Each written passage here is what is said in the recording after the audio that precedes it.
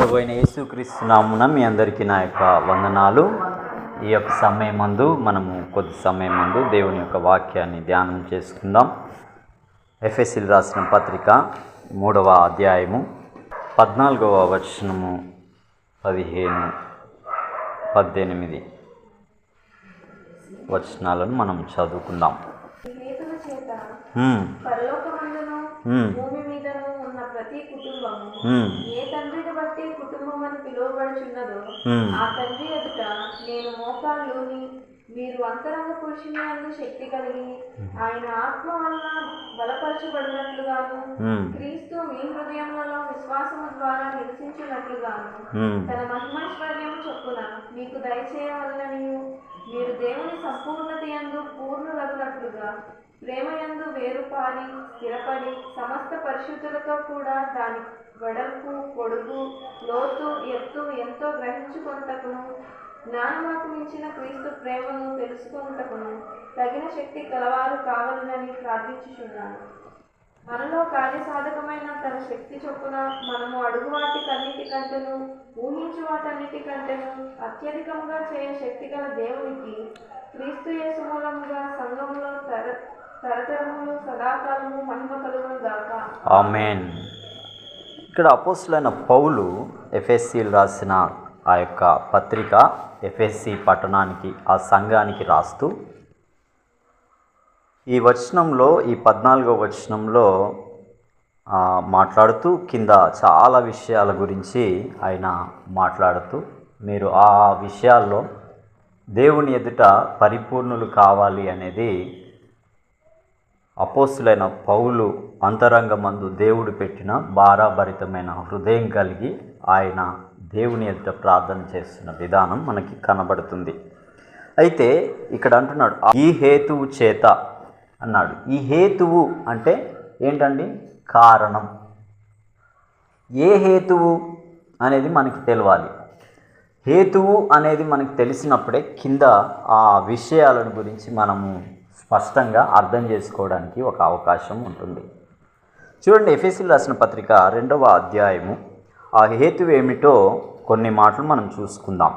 ఎఫెసీయులు రాసిన పత్రిక 2వ అధ్యాయము 11వ వచనం, 12వ వచనం, 13వ వచనం మనం చూసుకుంటే కాబట్టి మునుపు శరీర విషయంలో అన్యజనులై ఉండి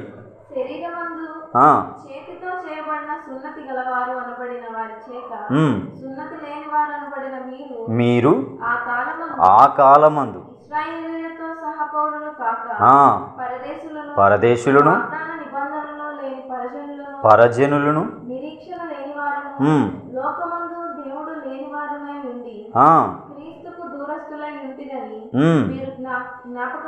చేసుకొనుడి.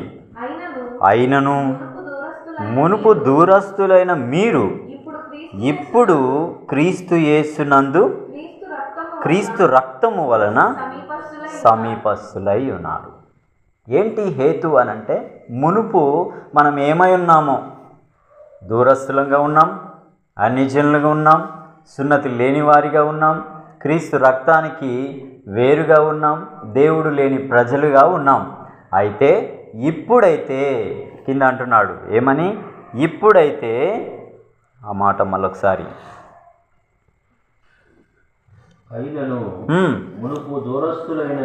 మీరు ఇప్పుడు క్రీస్తు రక్తము వలన సమీపస్తులై ఉన్నారు. ఇప్పుడు ఇక్కడ మనం కిందికి వద్దాం. 3వ అధ్యాయం 14వ వచనం. ఈ హేతువు చేత, ఈ కారణం చేత పరలోకమందును భూమి మీదను ఉన్న ప్రతి కుటుంబం అంటే ఏంటంటే పరలోకమందును భూమి మీదను. పరలోకమందు దేవుడున్నాడు, దేవదూతలు ఉన్నారు, చెప్పన శక్యమైన మహిమ ప్రభావముల చేత నిత్యము కొనియాడబడుచున్న ఆ దేవుని మహిమ అక్కడ ఉన్నది. భూమి దిగంతములలో ఉన్న సకల ప్రజలు ఇక్కడ అంటున్నాడు ఏమని? చూడండి,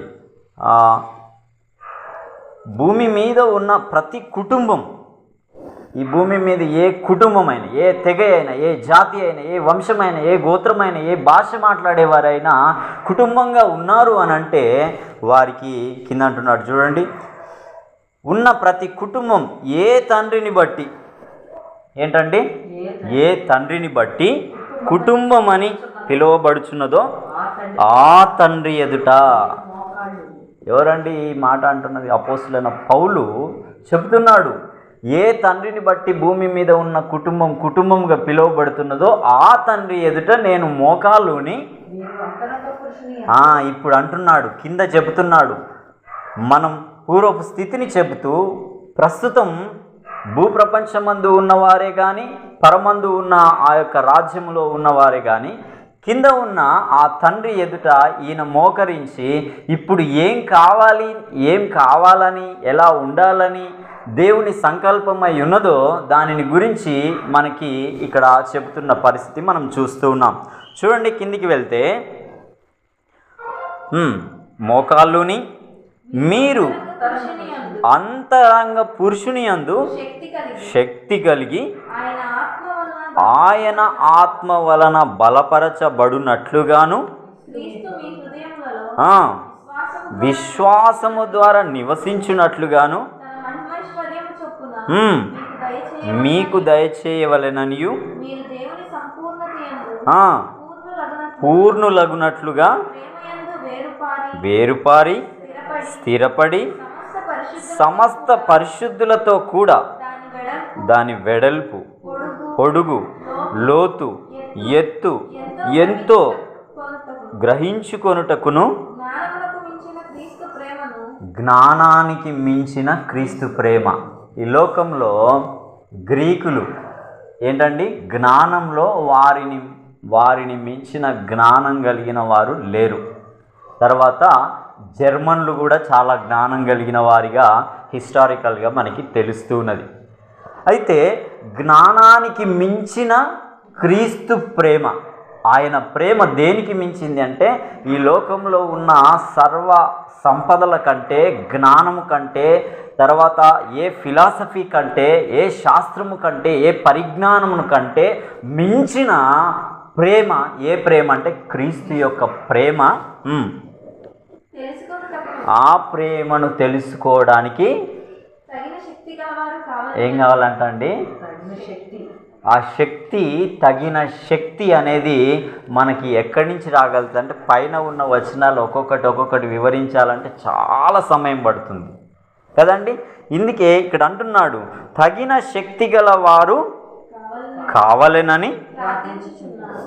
ఈ పౌలు ఈ భూమి మీద ఉన్న ఏ కుటుంబం అయితే ఏ తండ్రిని బట్టి కుటుంబంగా పిలువబడుతుందో ఆ కుటుంబమై ఉన్న వారు క్రీస్తు రక్తం చేత ఇప్పుడు దేవునికి సమీపస్తులై, దేవుని సొత్తైన ప్రజలై, దేవుని సంఘం అనగా సార్వత్రిక సంఘంలో దేవుని చేత నాటబడిన వారిగా, వర్ధిల్లుతున్న వారిగా ఉన్న వీరు లోకపరంగా, జ్ఞానపరంగా, తెలివిపరంగా, ధనపరంగా, తర్వాత ఆరోగ్యపరంగా, బలపరంగా, వస్తు వాహనాలు కొనే పరంగా వీళ్ళు ఏ విధంగానైనా యావత్ ప్రపంచాన్ని ప్రస్తుతం మనం చూస్తే క్రైస్తవులకు మించిన గొప్ప ధనవంతులు కానీ, జ్ఞానవంతులు కానీ, స్కాలర్స్ కానీ, శాస్త్రవేత్తలు కానీ, పరిజ్ఞానం కలిగిన ఏ వ్యక్తులు కానీ లేరు.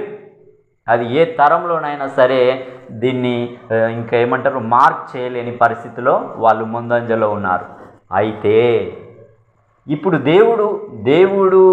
దేవుణ్ణి కలిగిన ఈ పౌలు ఏమంటున్నాడంటే అంతరంగ పురుషుని యందు ఎందులో బలపడాలి, ఎందులో శక్తి నొందాలి, ఎందులో వీరు పరిపూర్ణులు అయి దేవుని ఎదుట నిలబడాలి అని కోరుకుంటున్నాడు అంటే అంతరంగ పురుషుని యందు వీరు శక్తివంతులు కావాలని, పరిపూర్ణులు కావాలని, దేవుని యొక్క దేవుడు విశ్వాసం ద్వారా మనలో నివసించి సంచరించాలని చాలా విషయాలు ఆ పైన మనకి కనబడుతున్నాయి.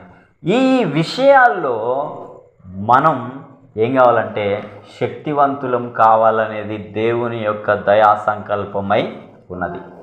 అందుకోసమే ఆయన ఏం చేసిందంటే విలువైన తన స్వరక్తం ఇచ్చి సంపాదించుకున్న స్వకీయ సంపాద్యంగా మనము ఉండాలని ఆయన ఉద్దేశం, ఉన్నత ప్రణాళిక అయి ఉన్నది. కానీ నేటి దినాల్లో దీని విషయమై సంఘాల్లో కానీ విశ్వాసుల్లో కానీ చాలామంది సేవకుల్లో కానీ ఈ విధమైనది లేదు. దేవుడు ఒకరోజు చూచేది ఏంటి అంటే అంతరంగ పురుషుడు నీలో ఎంత శక్తి సామర్థ్యం కలిగి ఉన్నాడు అనే దానిని ఆయన చూచుటకు సమర్థుడుగా ఉన్నాడు. చూడండి, ఒక వివాహానికి వెళ్ళినప్పుడు ఒక వధువును చూస్తే, ఒక వరుని చూస్తే వరుడు కానీ వధువు కానీ ఫస్ట్ చూసుకునేటప్పుడు ఏం చూసుకుంటారండి? భౌతికంగా ఒక స్త్రీని ఆమె చూస్తున్నప్పుడు ఆమె అందం, ఆమె విధానం చూస్తాడు. ఆమె హైటు, కలరు, తర్వాత ఎత్తు, తర్వాత ఆమె విధానం, ఆమె పనితనం, ఇవన్నీ కళ్ళకు కనబడేవి కాబట్టి వీటిని చూస్తూ ఉంటాడు. అట్ ది సేమ్ టైం దేవుడు కూడా నిన్ను నన్ను ఎక్కడ చూస్తాడంటే బాహ్య సంబంధమైన పరిస్థితులను బట్టి నువ్వేదో సంపాదించి, ఏదో ఉద్ధరించి, ఏదో సాధించి, ఏదో కనిపెట్టిన దానిని లెక్కలోకి పెట్టడు. కానీ అంతరంగమందు నువ్వు దేవుడు నివసించదగిన స్థలముగా నీ అంతరంగము ఉన్నదా? దేవుడు నీలో నివసించి ఇంకొందరికి ఆయన యొక్క మహిమ ప్రభావాన్ని వెల్లడిపరిచే విధమైన ఒక సాధనంగా నీవు ఉన్నావా అనేది ఆయన చూసేవాడిగా ఉంటాడు. అందుకే దావీదు దగ్గరికి ఆ యొక్క మన సమూయేలు అభిషేకించడానికి వెళ్ళి, రాజుగా ఆయనని అభిషేకించడానికి వెళ్ళినప్పుడు దేవుడు ఏమంటాడండి? అందరూ వస్తూ ఉంటుంటే ఈయననే కావచ్చు, ఎత్తుగా ఉన్నాడు, బలంగా ఉన్నాడు, ఆజానుభావుడిగా ఉన్నాడు, ఈయననే కావచ్చు అని ఈ ప్రవక్త, ఈ సమూయేలు దీర్ఘదర్శి అనుకున్నాడు. కానీ దేవుడు ఏమంటున్నాడండి? అతని ఎత్తు, అతని అందం, అతని బలం, అతని దీర్ఘ దేహమును నువ్వు చూసి నువ్వు అనుకున్నట్టుగా నేను అనుకునేవాడని కాదు, నువ్వు పై రూపమును లక్ష్య పెడతావేం, కానీ నేను అంతరంగాన్ని లక్ష్య పెడుతున్నాను. అయితే ఇక్కడ కూడా దేవుడు చెప్తున్న మాట ఏంటి అంటే అంతరంగ పురుషుడు దినదినం బలాభివృద్ధి నొందేవాడిగా కావాలి అని అంటే మనం చేయాల్సింది ఏంటి అని అంటే మునుపున్న ఆ పరిస్థితుల నుంచి విడుదల పొందిన వారమై ఉన్న మనం దినదినం ఆయనలో బలాభివృద్ధి పొంది ఆయన ఎత్తు, ఆయన పొడవు, ఆయన వెడల్పు, ఆయన లోతు, దేవుని వాక్య పరిజ్ఞానంలో మనం ఎదగాలనేది దేవుని యొక్క దయా సంకల్పమై ఉన్నది. అందులో మనం ఎదుగుతున్నప్పుడు మనం ఆత్మీయతలో అంతరంగ పురుషుని యందు బలాభివృద్ధి పొందుతాం, దేవునితో అన్యోన్యత కలిగి ఉంటాం, దేవుని మనసెరిగి నడిచే వారంగా ఉంటాం. ఈ లోకంలో సంభవించే ప్రతి విధమైన సంఘటనల్ని సునాయాసంగా అధిగమించి ముందుకు వెళ్ళిపోగలుగుతాం. అలనాటి భక్తులు అలాగ ఉన్నారు కాబట్టే అవన్నీ ఆనాటి శ్రమలు కానీ, హతమార్చే పరిస్థితులు కానీ, వారిని హేళన, ఎగతాళి, హింస, నింద, అవమానం, గాయాలు, శిరఛేదనాలు చేసే పరిస్థితులు ఎదురుపడినా వారు అందులో సైతం బలంగా శక్తి కలిగి ఉండుటను బట్టి దేవుని కొరకు పానార్పణంగా పోయటానికైనా తమ దేహాలను అర్పణ బలిగా అర్పించడానికి ఇష్టపడటం గల కారణం ఏంటి అంటే వీళ్ళు ఈ విధానాల్లో ఉన్నారు. ఆనాటి దినాల్లో వాళ్ళకి ఏమున్నాయండి? వెనక ముందు ఏమీ లేదు, ఉన్నదల్లా వెనక ఆయనే ఉన్నాడు, ముందు ఆయనే ఉన్నాడు, తన అంతరంగంలో ఆయనే ఉన్నాడు. బ్రతుకుట క్రీస్తు అయితే చావైతే లాభం అన్న ఆ కాన్సెప్ట్, అదే ఒక ఫిలాసఫీతో ముందడుగు వేసింది ఆ సార్వత్రిక సంఘం. నేటి దినాల్లో రేపు మాపో కడబూర స్వరం వినబడటానికి ముందు నీలో నాలో ఉండాల్సిన ఆ నెసెసిటీ ఏంటి అని అంటే నీలో బాహ్య పురుషుడు దినదినం బలం పొందుతున్నాడు, ఆంతర్య పురుషుడు దినదినం బలహీనమైపోతున్నాడు. కాబట్టే ప్రతి విధమైన టెంప్టేషన్స్కి, ప్రతి విధమైన శోధనలకి, ప్రతి విధమైన పరిస్థితులకి మనం ఏమవుతున్నామంటే ఇట్టే ఏమంటారండి, గాలి వస్తే ఆ రెల్లు అటు ఇటు ఊగిసలాడిన పరిస్థితుల మధ్యన నేటి క్రైస్తవ్యం, నేటి విశ్వాసం, నేటి భక్తి ఉండటానికి గల కారణం ఏంటి అంటే ఇదే. అందుకే పౌలు అంటున్నాడు, పై వచనాలు మీరు ఇంటికి వెళ్ళినాక ఒక్కొక్కటి మీరు అర్థవంతంగా చదువుకుంటూ ఉంటే దాని విధం దేవుడు ఇంకా మీకు తెలియపరుస్తాడు. చూడండి, మనం ఇంకో మాట చూసుకొని ముగించుకోవడానికి చూద్దాం. 20వ వచనం, 21వ వచనం. మనలో కార్యసాధకమైన ఎవరి శక్తి అండి? మనం తింటే ఏమొస్తుంది? శక్తి వస్తుంది. అది దేనికి? ఈ లోకంలో బతకడానికి, ఈ లోకంలో సంపాదించడానికి, ఈ లోకంలో మనుగడ సాగించడానికి అది ఉపయోగపడుతుంది. అయితే పరలోకమందున్న వాని యొక్క ఉద్దేశం నెరవేర్చాలన్నా, పరలోకమందున్న ఆయన మనలో నివాసం చేయాలన్నా, పరలోకమందున్న ఆ ప్రభువు ఈ భూమి మీద తన యొక్క ఉద్దేశాన్ని నెరవేర్చుకోవాలన్నా నీ శక్తి, నీ బలం, నీ భక్తి, నీ విశ్వాసం కాదు, కానీ తన శక్తియే నీలో ఉత్పాదకమయ్యే పరిస్థితుల మధ్యన నీవు ఆయన్ని ఆహ్వానించే స్థాయి, ఆయన్ని రిసీవింగ్ చేసుకునే విధానం, ఆయనతో ఒక కనెక్టివిటీ కలిగిన విధానం నీలో నీవు కలగచేసుకున్నప్పుడు ఏమవుతుందంటే తన శక్తి నీలో ఏం చేయబడుతుంది? ఆ యొక్క మేడగదిలో ఎంతమంది అండి? 500 మంది, చాలామంది 120 మంది కూడుకున్నప్పుడు వాళ్ళు శారీరరీత్యా దేవుని వాగ్దానం కొరకు కూర్చొని కనిపెట్టమని దేవుడు చెప్పిన దానిని బట్టి కనిపెడుతూ ప్రార్థన చేస్తూ ఉన్నారు. అది వాళ్ళు దేవుని వాక్యం మీద విశ్వాసం ఉంచి ఉన్నారు. కానీ దేవుని ఆత్మ ఆకాశము నుండి అగ్ని జ్వాలల వంటి నాలుకలుగా విభాగించబడి వాళ్ళ మీద వారికి శక్తి ఇచ్చిన కొలది మరి ఏం చేయబడ్డారు? జనముల మధ్యలోకి వెళ్ళి దేవుని మహిమను వెదజల్లే సాధనములుగా మార్చబడ్డారు. ఇది ఎవరి శక్తి అంటే వాళ్ళ శక్తి కాదు, దేవుని శక్తి. అదే మాట ఇక్కడ మాట్లాడుతున్నాడు చూడండి. ఏమని? 20వ వచనం, మనలో కార్యసాధకమైన కార్యము సాధించాలంటే, కార్యము భూమి మీద క్రియను చూపించాలి అంటే మన శక్తి, మన బలం, మన జ్ఞానం, మన తెలివి, మన విశ్వాసం, మన విధానాలు ఏది పనిచేయదు.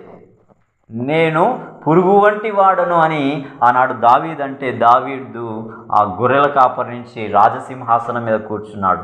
పౌలు పాపుల్లో ప్రథముడును అనుకుంటే ప్రపంచంలోనే అపోస్తులలో వారికి మించిన ఘనమైన పరిచర్య చేసి 13 పత్రికలు రాసే ఒక వ్యక్తిగా చేయబడ్డాడు. మోషే సాకులు చెప్తూ నా వల్ల ఎక్కడైతుంది అని అనుకున్నవాడు ఇల్లంతటిలో నమ్మకమైన వాడిగా, సాత్వికుడిగా, భూలోకమును స్వతంత్రించుకునే స్థాయిలో పరలోకమందు తన ఇల్లంతటిలో నమ్మకమైన వ్యక్తిగా ఉండగలిగాడు. తను తాను తగ్గించుకొని దేవుని ఎదుట దేవుని హెచ్చించే వ్యక్తి ఏం చేయబడతాడంటే తన శక్తి ఆయనలో ఉండి తన ఉద్దేశం భూమి మీద ఆ వ్యక్తి ఉన్న ఆ సరౌండింగ్ అంతటిలో దేవుని యొక్క కార్యసాధనం అనేది జరిగించడానికి ఒక వ్యక్తిగా, దేవుని సాధనంగా ఉపయోగపడే వ్యక్తిగా అక్కడ ఉంటాడు. చూడండి ఆ మాట, ఇదే 20వ వచనం, మనలో తన శక్తి చొప్పున ఏంటంట అప్పుడు మనము అడుగువాటన్నిటిని, మనము అంటే ఉండేది మనమే, కానీ మనలో ఉన్నదంతా వాక్యం.